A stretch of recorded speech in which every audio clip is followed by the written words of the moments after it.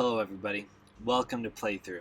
I'm Jeremiah, and today I'll be covering The Rise of a Jarl, which is designed by Joe Klipfel and published by Buttons Radiance, and will be on Kickstarter soon. In Rise of a Jarl, you're going to be playing cards from your hand for one of the associated actions on the card. You'll use that to gain resources into your storehouse, play citizens, gain wealth, and settle kingdoms. You're going to go through 4 rounds, with each round going through the entire deck. At the end of each round, you have to conquer an invasion of increasing size by using your citizens and some tools that they may have earned. Along the way, you'll also develop different developments, which will give you special powers, along with some points. At the end of the game, you're going to score points for matching kingdoms and citizens, matching as in the same color. For your wealth, and for any developments, whatever the point value is here, you'll gain those too, along with some developments giving you special point bonuses at the end. I've already set up, which includes drawing a random kingdom start, then drawing 4 cards and choosing one to get rid of to start off the game. So, let's start playing. Each round, you're going to go through a growth phase where you're going to play through all the cards in the deck in your hand. Then you'll deal with the invasion, and then you'll clean up. Let's start with the limits, because you have many limits in this game. First, your hand limit. You can only have 2 cards at the start of the game in your hand, plus 1 per kingdom you have. So, since we already have 1, that gives us 3. But as we gain more kingdoms, we'll be able to get more cards in our hand. Next is our citizens, which you can start with 1, and you'll gain 1 for every goat or wheat icon you have in your storehouse, which will allow you to gain more citizens. And then the final limit you have is wealth, which at the start you can store 0, but you can store 1 wealth card for every wood icon you have, which the blue cards give you. So that's the limits. I'm now going to go over the general turn structure, which is you're going to take either the plan action, which involves choosing one of the cards from your hand or the top card of the deck, and you're going to jettison it, which means taking it and putting it into the sea, which is 3 cards wide, at the leftmost space, pushing any that are already in the sea to the right. You'll then draw back up to your hand limit. But since I just introduced the sea, let's go over that. In the sea, the sea is 3 cards wide, and once a card gets shoved over, once a 4th card is added to it, the first card is thrown into a discard pile, just off to the side, and you can't use it anymore.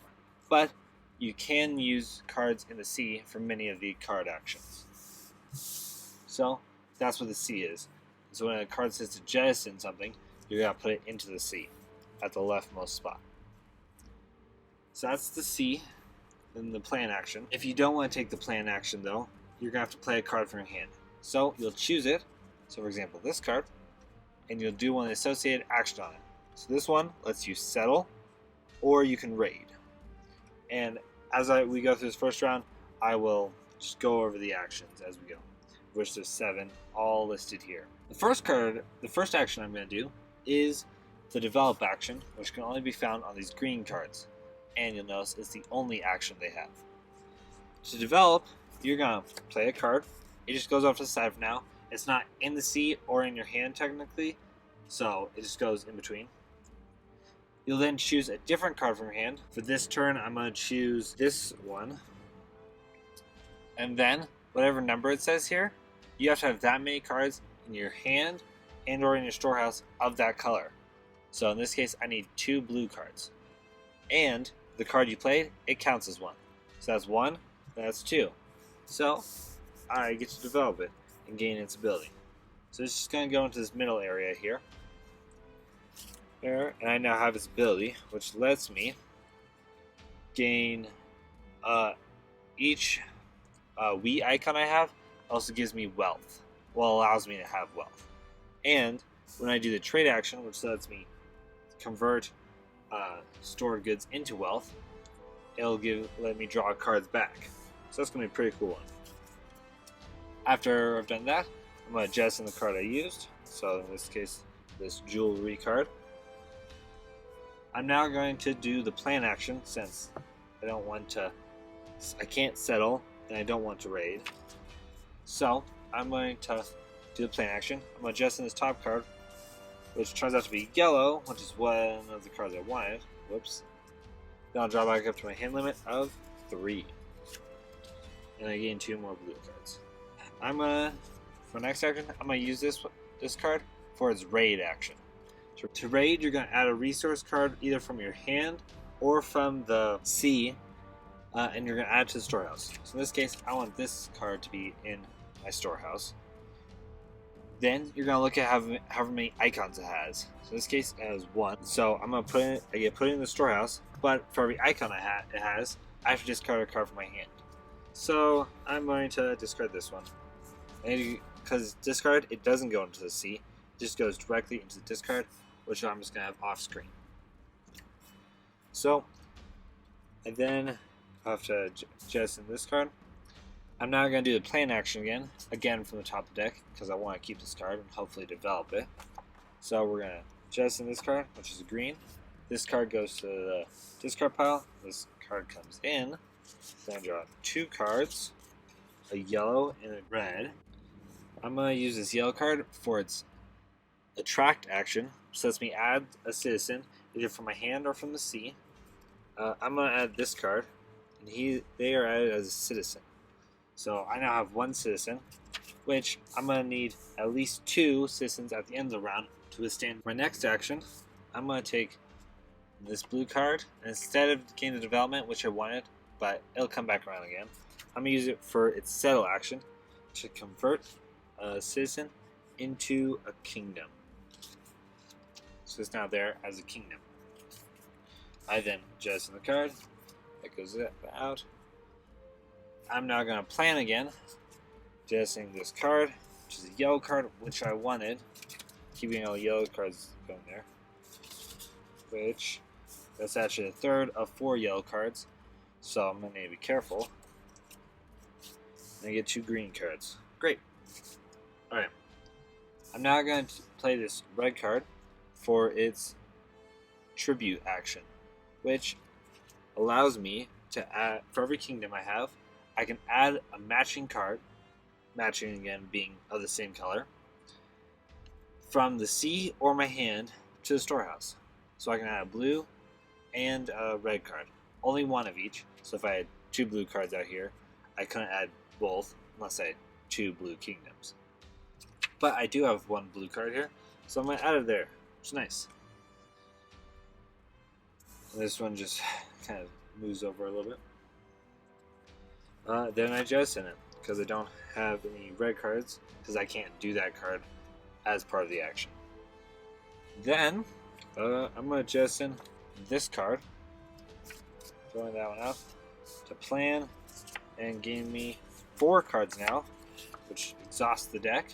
So once I've done playing these cards, I'm going to have to end the round.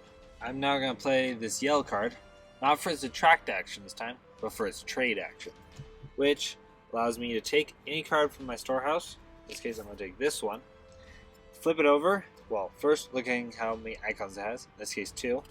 Flip it over, rotate it to the associated number, in this case 2, and put it into the well. Now I shouldn't normally be able to do this, because normally I can only hold 0 plus 1 for every wood, and I don't have any wood there anymore, even though I just did. So I normally have to just throw it back out into the discard. But because my this Gnar development allows me to, with the wheat icons, I'm able to. Along with, it also, when I take this trade action, I also get to draw 1 of the cards from the sea. So I'm going to take this one, jettison the other one, because I finished the turn. And now I'm going to use this card for its attractability to attract this Iceland, or the beacon card, as a new citizen, as a herder. So I now have 1 of the 2 defense I need for this round, but alas, after I jettison it, I only have 2 green cards left. which aren't very helpful. So I'm just going to have to end the round here, since I can't develop either of these cards, because they need 4, and I only have 2. And I don't have anything else I can do with this action. So, we've ended the growth phase of this round. We're now going to proceed to the invasion. To do the invasion, we look at what round it is. Currently, we're in round 1. And in round 1, the invasion total is 2, and it'll increase by 1 every round until round 4, in which case is a defense of 5. So, I currently have 1 citizen, which gives me 1 defense point. If I had a green card in my storehouse, that would allow me to arm a citizen, allowing that citizen to count as 2 defense points instead of 1. But I only have 1, so I don't defeat the invasion for this first round, which required attack of 2. So I lose the first round invasion. Now, it's fine if you lose the invasion on the first 3 rounds, but if you lose the invasion on the 4th round, you lose the game. So I'm now going to clean up, which just involves taking my hand, the C and the discard pile, giving it a quick shuffle, and redrawing my hand. But before I do that, since I lost the invasion, I have to discard the top 2 cards of the deck, so this green card and this yellow card, into the discard pile right away. Then I redraw back up to my hand limit, which in this case is 4. It's 1, 2, 3, 4. Okay, so that was round 1. I'm now going to use this green card for its development action again to develop this yellow card, which, if I count, I have 1, 2, 3, but that's a lot of overkill since I only need 1. But I'm able to develop it. My cauldron gets jettisoned, and I now have the tithing development, which says that whenever I play a yellow card, I can take the tribute or innovate action instead, which I'm now going to do. So I'm going to play this yellow card, and I'm going to innovate with it, which innovate action says I get to take in development back, so it gets this, along with 1 card of the same color from the C. I don't have any of that, so I'm just going to take this card back. But that was just to kind of show you what the innovate action can do. Then going to raid again, playing this blue card to raid. I'm going to raid for this card. Since it only costs 1, I just have to discard 1 card. I've now covered all the different actions you can do though. So, well, one other thing is at the end of the round, you're supposed to flip this to represent the new round. But since I've gone over all the actions, I'm now going to pretend this is the end of the game, and we're going to score it as is. We're going to pretend I defeated the invasion, even though I very obviously don't. So, to score, you're going to first look at your wealth. In this case, we have 2 coins, so that's just going to give us straight up 2 points, which is good. Next up, we're going to look at our kingdoms and citizens. And for every match we have between them, so in this case, these 2, we're going to score whatever value it says in the power symbol. So in this case, 3. So that's another 3 points. So that gives us 5 points. This one, since it doesn't have a match, scores us 0. Then we'll look at our developments, which this one gives us 2 points just by itself. So that takes us up to 7. And some of the cards also give us scoring abilities, like the plow also allows you to score other cards. But that's how you score Rise of Jarl. Thanks for watching.